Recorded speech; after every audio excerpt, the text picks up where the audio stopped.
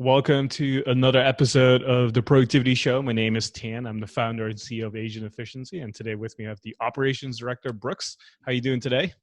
I'm excellent. How are you? How's it going? I'm doing very well. I'm excited to chat with you about our goals because at the beginning of the year, we set goals and we made it public what we're going to do this upcoming quarter. And as you might know, we like to set quarterly goals, not annual goals. And so I'm curious to hear how you accomplished your goal so far and if you made any good progress or if you maybe even dropped off and did something else. I'm curious to hear what you did there today. So that's what today's episode is about. But before we dive into the content, one of the things we always like to do at the Productivity Show is share some of our favorite productivity resources just to kick things off right away.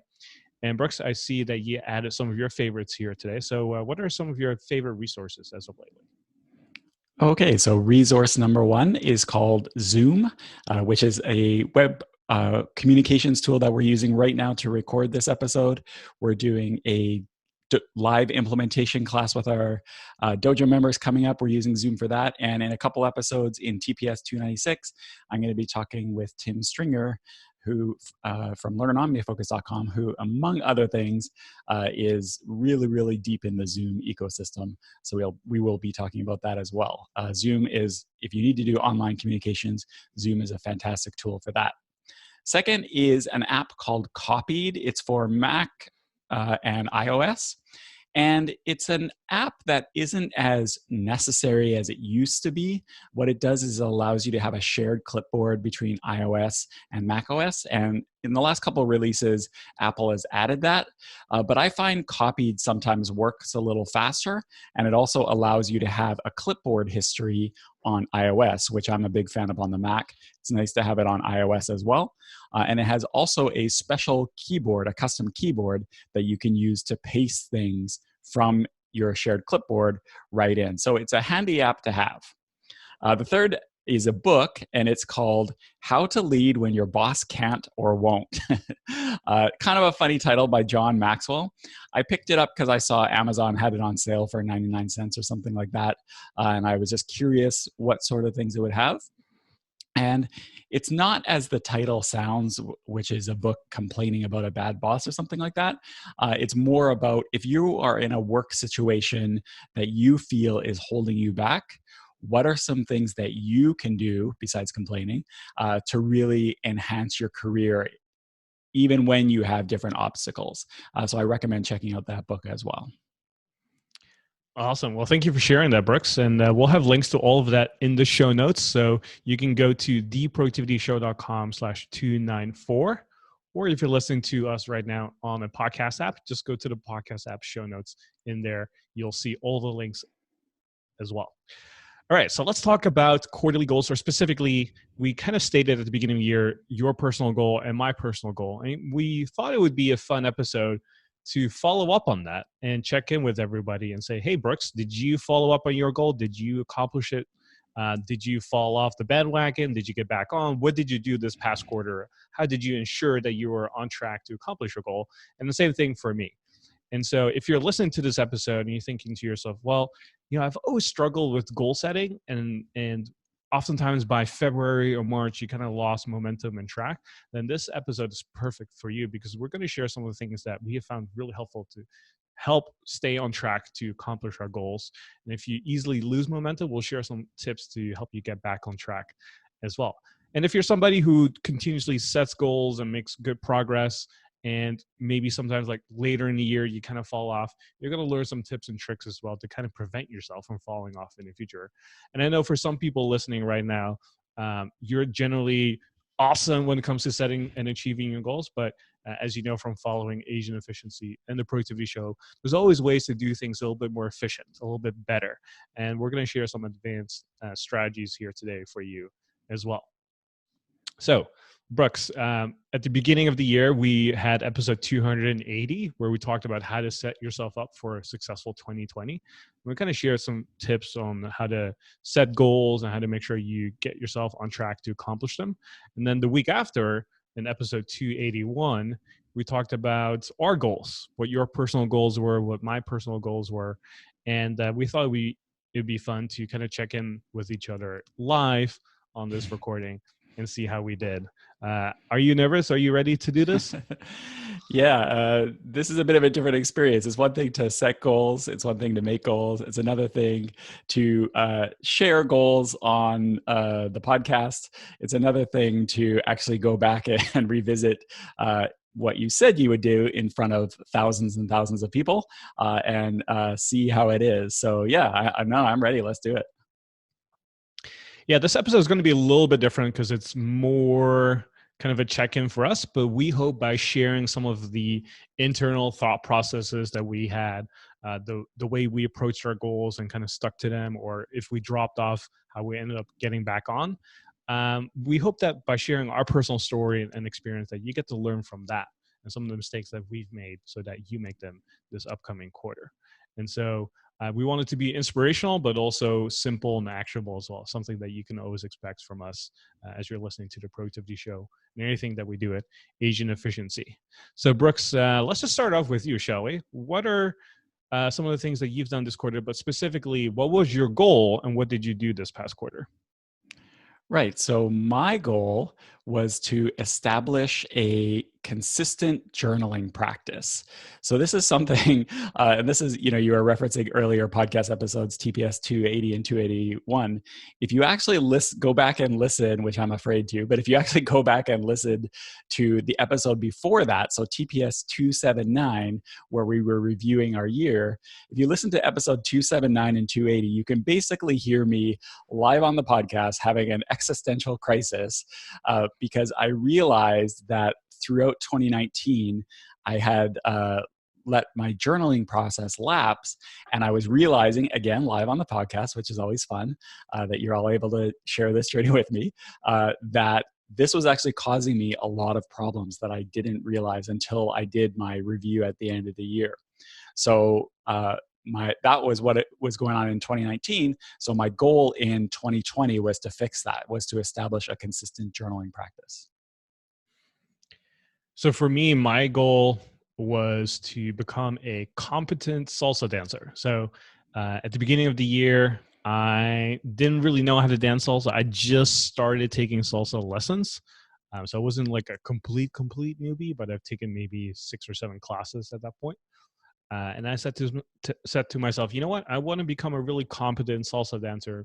I want to be able to walk into any salsa club all over the world, grab the hand of a person and just say, hey, let's go dance, and just dance to the music.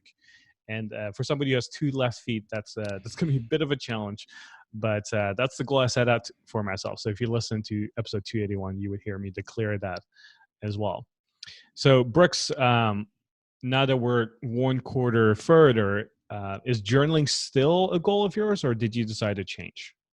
No, it's still my goal for the year is to establish that consistent journaling practice, and I've already had what I consider to be great benefits from it. So yeah, I'm definitely keeping on going. How about you? Are you grabbing, walking in and grabbing people's hands and salsa in the night away?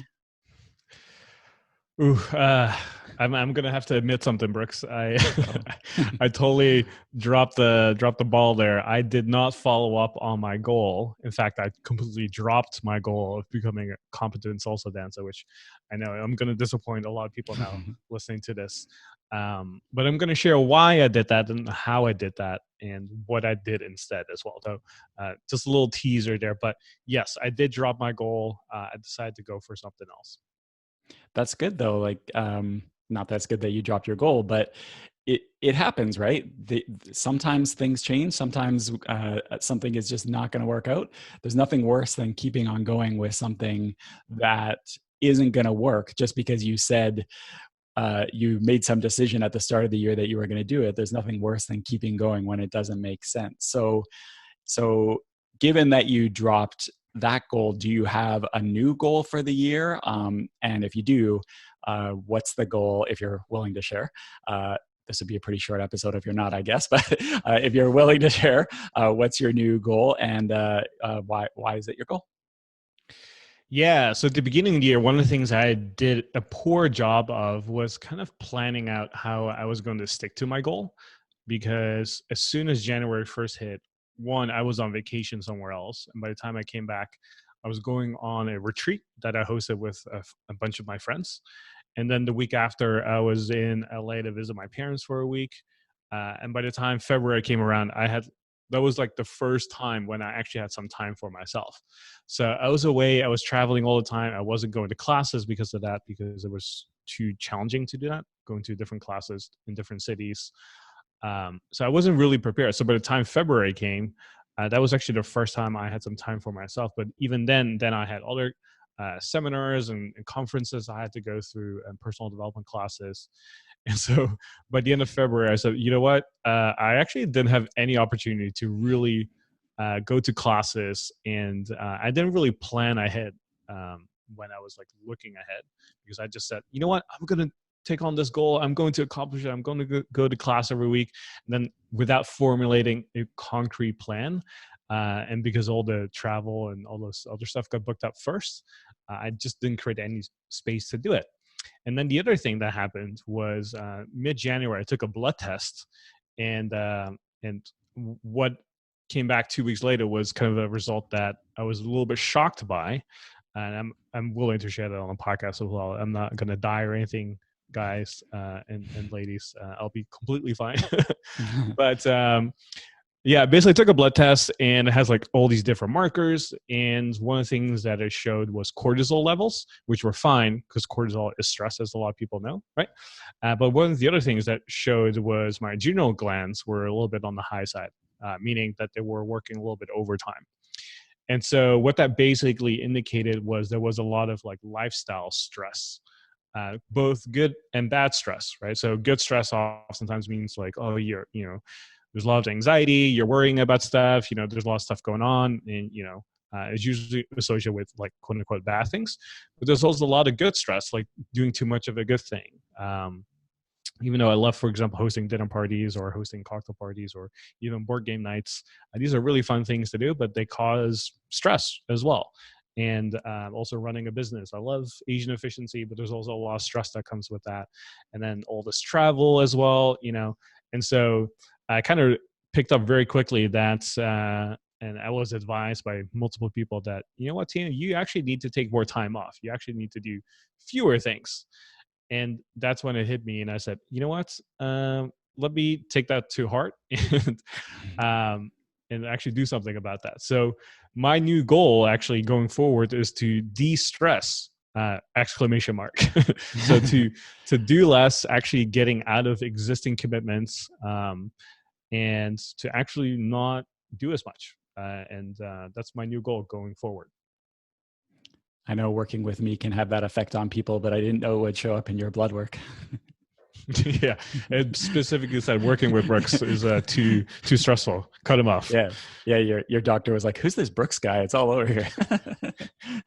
Yeah, that's why I didn't want to come on this podcast today. I said, you know what, maybe I should just stay home and do nothing. But work has to be done, right? Yeah. So one of the things that I want to check in with you then, Brooks, is since you stuck with your goal, I kind of share with you some of the mishaps that I had when it comes to planning ahead and like not foreseeing all the travel and all the commitments that I had, which kind of threw off my plans for sticking to my goal. I'm curious to hear from your point of view, what did you do to prepare for your goal and to kind of set yourself up for success? Yeah, and I'm glad you asked me that, because we want to, and you mentioned this before, but we want to be like very clear that listening to people's goals, if you're listening to someone else talk about their goals, I mean, it's not your goal. So it can be kind of like listening to someone else's dream, right? It's sort of interesting, but not as interesting as the person talking about it. So like you mentioned earlier, we don't want you as the listener to focus on the specifics of the goal. It's the things we are doing to set ourselves up for success and keep going with it. So for me, at the start of the year, when I decided that this was going to be a goal, I kind of thought about it from a few different perspectives. So number one, I realized that I needed to be a lot more specific. So be consistent with journaling actually isn't a great goal, because what does consistent mean? So for me, what I did is I kind of clarified the goal. So I decided I wanted to write at least something in my journal 5 times a week. So every weekday at the very minimum. If I do more, that's great. But at that very least, five times a day. So 5 times a week, or 5 times a week, sorry. So 5 times a week, 4 weeks a month, just on average, 12 months. So it should mean by the end of 2020, if I got the math okay, I should have at least 240 journal entries for the year for 2020. So that's the first thing I did, is I kind of decided I needed to be a lot more specific about the goal. Number two, I wanted to decide right away how I was going to do that journaling, because I had done it in different ways in the past. I used to use a program called Day One, which is a great journaling app, but I used an old version, and I didn't really feel like subscribing, even though from what I understand, it's fantastic. But I just decided I didn't want to have another subscription for another tool. So I decided not to stick with Day One, and I knew that I'm not a write in paper notebook type person. So I knew if I did that, which works great for a lot of people, but not for me, I knew if I did that, I probably wouldn't stick with it. So what I decided to do was use Ulysses, which is a writing tool that we've talked about on the podcast before. I use it for all my work related writing anyway. So it just made sense that I would use that for my journaling. And then the final things is I decided when I would do it. So I looked at my schedule. I think I talked a little bit about this in TPS 281 as well. Since I'm an extreme morning person, I knew that the best chance of success was going to be doing it in the morning. Yeah, that's the main things that I did to prepare myself. Wow. Very thorough and very strategic as well. Is there anything that you learned from doing all of this? That did you think that it really helped by being so thorough and kind of like planned? Yeah, I think so, because in the past, when I had tried to do goals like this, I hadn't been as kind of thorough and strategic. So this time, because I realized the problems that letting it lapse were causing, and B, I was seeing the benefits, or I knew what the benefits would be. I wanted to try a different approach to that. This time, I decided to be a lot more thorough and strategic. How about you? What are you doing anything for your new goal anyway? Are you doing anything or have you done anything to kind of set yourself up for success for that? Yeah. So one thing I sort of had to change in the way I plan this thing is to look a little bit further ahead and think about all the events that I'm committed to and seeing and really understanding how it impacts what I'm trying to do. So for example, with the whole salsa thing, because I have to go to a class, there's obviously a time commitment to that, but also a location commitment to that. Meaning I have to be at a very specific location. And when you're traveling and you have all these other commitments outside of your city, becomes a lot more challenging, right? So, for example, journaling is something you can do whether you're at home or on the plane or you're in a hotel room in Zimbabwe. You can do that pretty much anywhere, right? Yep. Whereas taking a specific salsa class is a little bit more challenging. Yes, you could take it in a different city, but when you're like traveling and in and out, and you're at a retreat and you're doing all these other things, it becomes a lot more challenging. And so what I could have done better is either, come up with a alternative saying, I'm going to watch YouTube videos or something, or I'm going to hire a private instructor to come to my hotel room or something. And that sounds totally creepy, but, those are just some things I had to like really think about, which I didn't. And the other thing I kind of adjusted was thinking about how I'm going to update and change my monthly planning.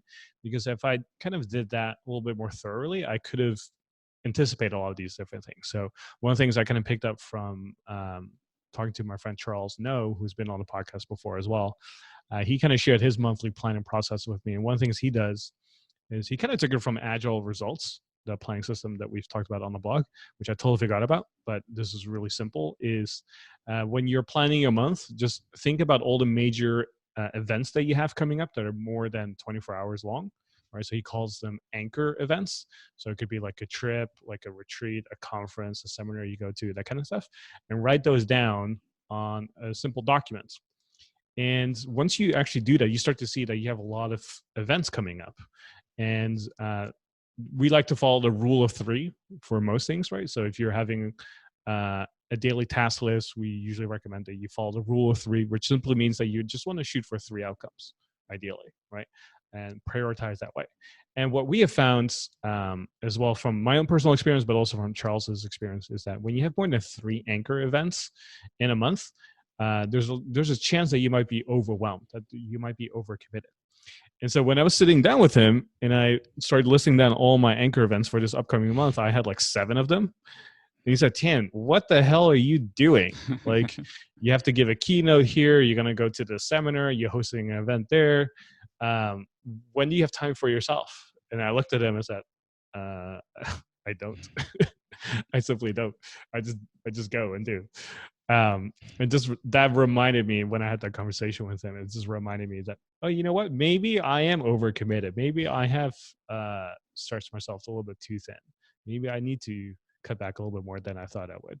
And so that was kind of related to the blood results that I got back as well. That kind of indicated that, you know what, Tian, even though you might be enjoying all these different things, your body's impacted negatively by that as well. So that's something you want to take into consideration. Yeah, if you were to, I mean, not that I know your schedule, but if you were to ask me how many anchor events you have a week, I would definitely say more than 3. So sometimes you have to be outside of yourself to really see things that can be really, really helpful. Yeah, and it's one of those things where you might not think that you're stressed, but everybody else sees it, right? And you just get used to a certain baseline. And that's, I think, what kind of happened there. I'm like, I don't feel stressed. I feel fine. I'm pretty happy. But your body reacts differently. So that's something you just have to be in tune to. But that's something we'll get into a little bit later as we're going to go through this episode. But I also want to ask you, Brooks, have you discovered some things that you did this past quarter to like fine tune the process or make it more likely for you to achieve your goals? Like, what are some of the sort of Kaizen things that you've discovered? One of our core values at Asian Efficiency is Kaizen, continuously improving, making tiny changes so that you're getting the outcome that you want. I'm curious to hear, did you discover anything there that's worthwhile sharing? Yeah, well, one thing I wanted to really do was reduce friction. So I thought to myself, what is it that I can do to make journaling easier? So all I need to do is, if I'm doing it on my computer, just sit down and start writing. So what I decided to do was, because usually I do my journaling on the computer, not always, but usually, what I decided to do it was apply some of the things we've talked about on the podcast before with automation. And anybody who's listened for a while knows I'm all about the automation. So basically what I did is, and I won't get into like huge amount of details on this, just because that would be extremely boring. But basically what I did is I made a automation so that all I need to do is sit down at my keyboard, hit one keystroke, caps lock J, and what will happen is it just sets up my screen for journaling. So what it does is it opens up Ulysses, puts it on the left-hand side of the screen. It opens up OmniFocus, puts it on the right-hand side of the screen, changes OmniFocus to the completed items perspective so I can see what I did yesterday.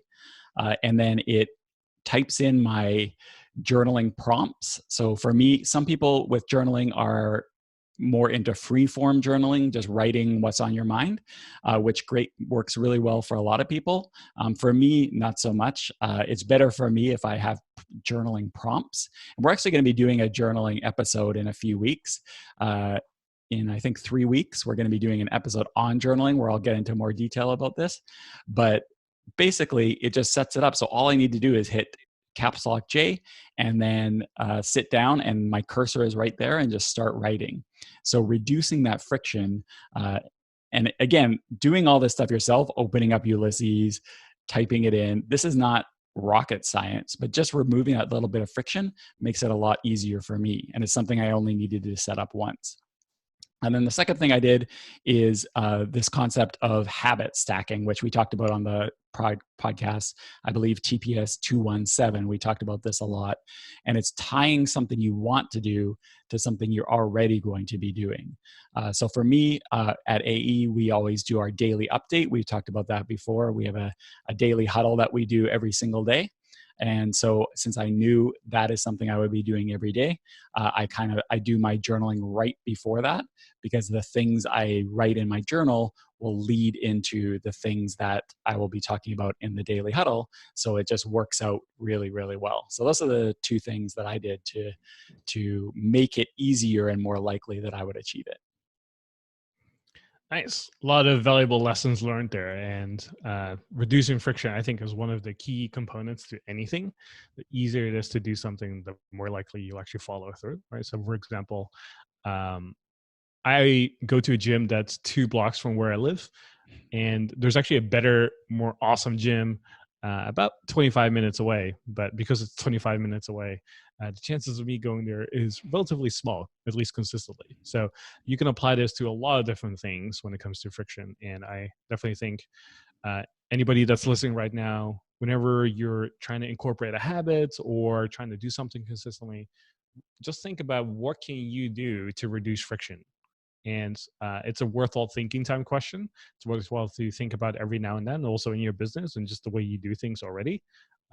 It's a really good question. I really like that. So I'm glad you did that, because I didn't do any of that. I went a completely different route because as soon as I got my blood results back, one of the things that I sort of did was, instead of me Googling myself, trying to go into some books and diving into that sort of stuff, I basically said to myself, what can I do to de-stress, and what's the fastest way to figure this out, right? And I basically came to the conclusion that, what, I should talk to some specialists.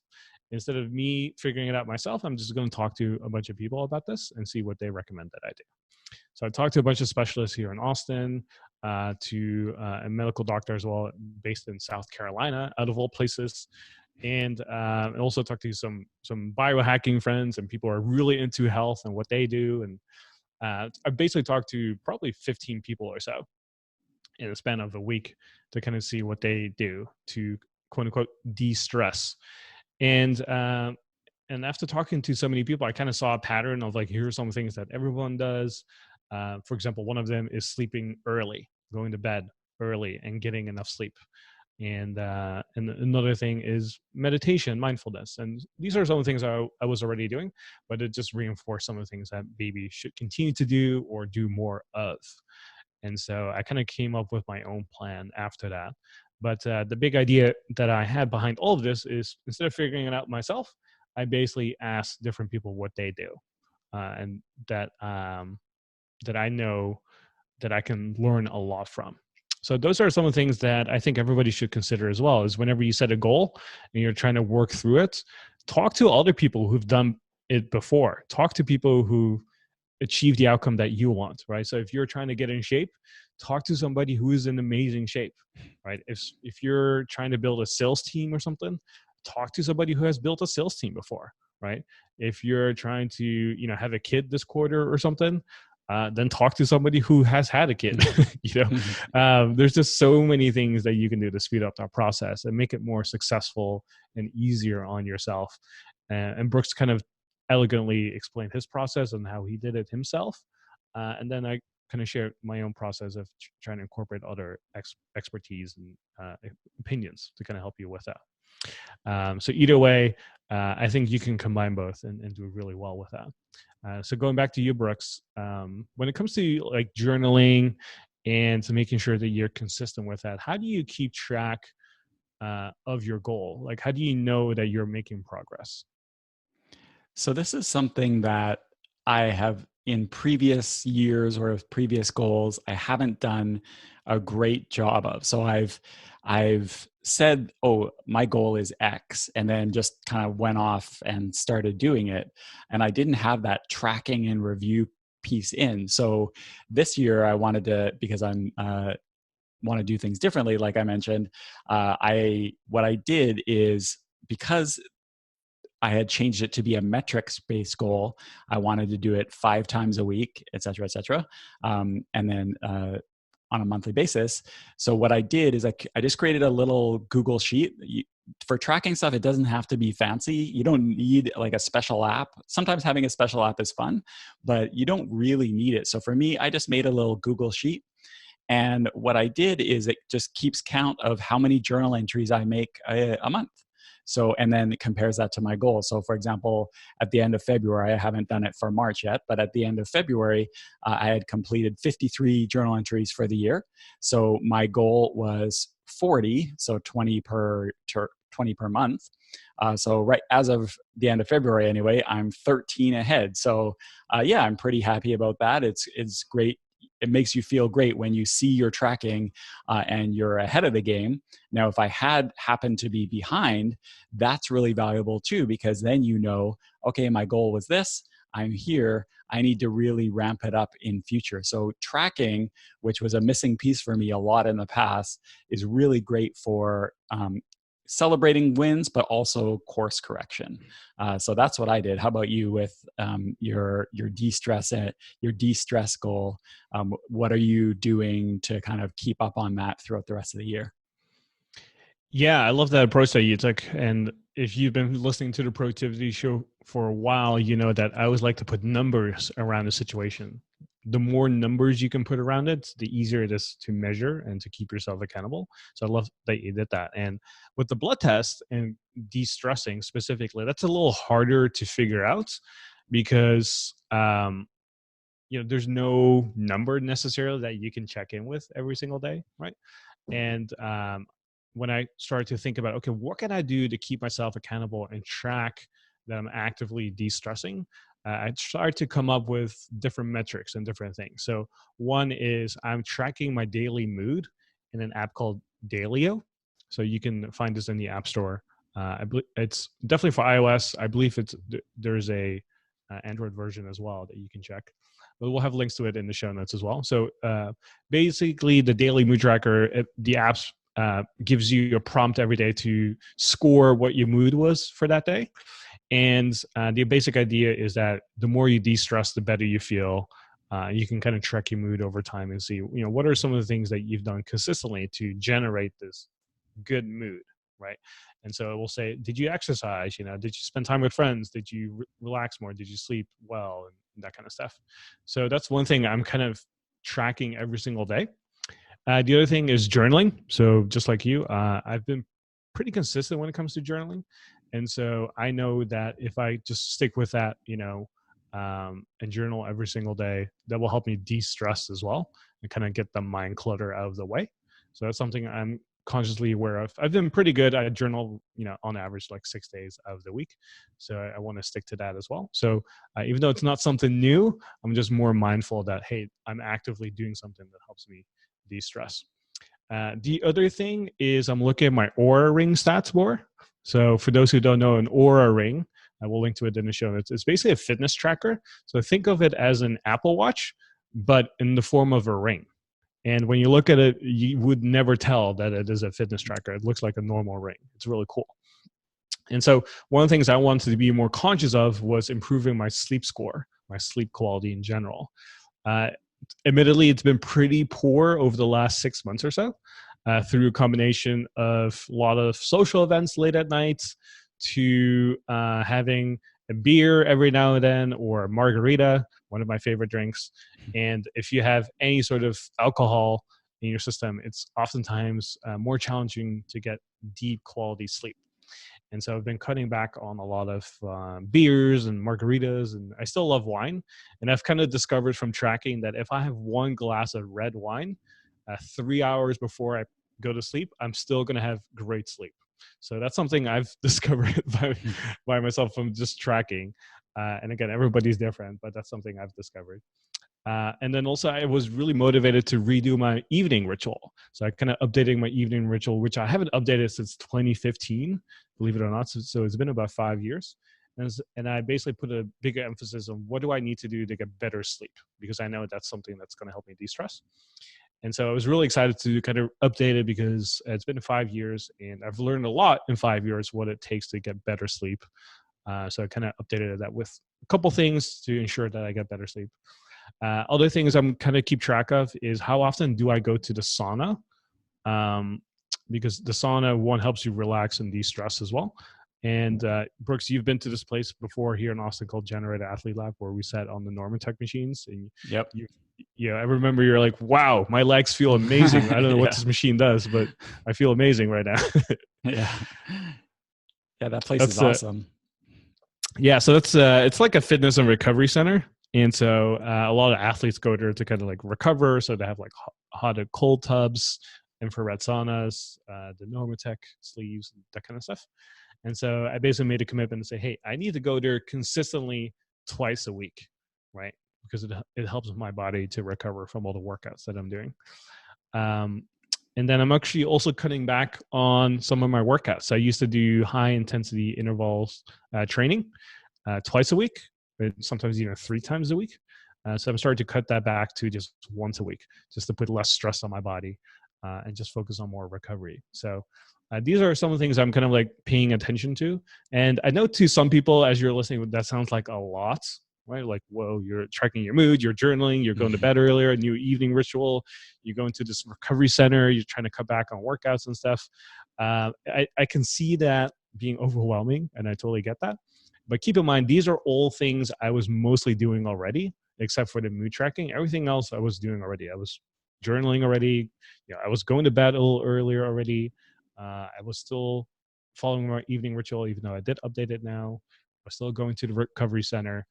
And I was still working out. Now I'm just cutting back on some of these things and just tweaking some of the things. So the only new thing really is tracking my mood. That's the only new thing. The other thing I'm already doing. So hopefully that comes across that way as if it's actually pretty easy, even though it might sound like it's kind of overwhelming. So these are some of the things that I've done to kind of keep track. And again, it's pretty simple. I keep track of it during my weekly review to kind of say, hey, did I go to the sauna this week? How often did I go? Okay, what is my sleep score like this past week? What do I need to change? And it's kind of part of my weekly planning process to kind of figure out and make adjustments as we go. But Brooks, I also want to ask you, are there any other learnings or improvements that you would make for achieving your goals for the rest of the year, or some of the things that you said, you know what, I need to do this more often going forward? Yeah, well, one thing that came to mind was the tracking. So I track the journaling monthly, and that's worked out really well. Like I said, I'm ahead of my goals, so everything's good. But I was thinking to myself, it could probably be done weekly too, because again, things are fine, so it's not something I need. But if I'm on top of it more frequently, I will recognize slips and be able to adjust more quickly.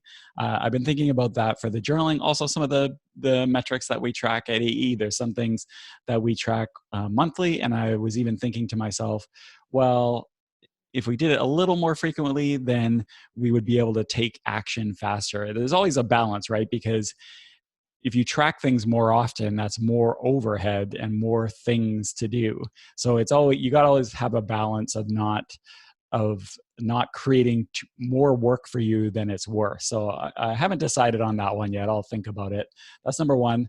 Number two, maybe I'm shooting too low with my goal. At the start of the year, I didn't really trust myself to do journaling more than 5 days a week. I didn't think I'd ever do it on weekends, but I have been pretty consistently. So maybe that 20 days a month is too low.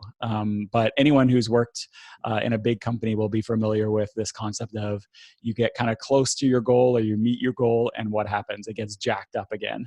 And then which may not be sustainable throughout the entire year. So I'm still thinking about that as well. So those are things I'm kind of thinking about for Q2, but we'll see.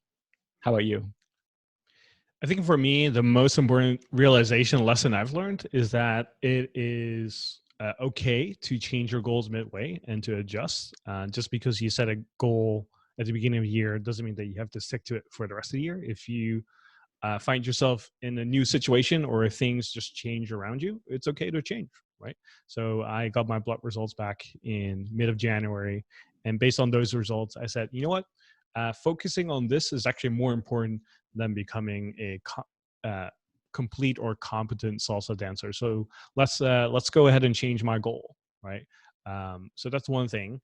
And if you ask me in the past, I would be super stubborn.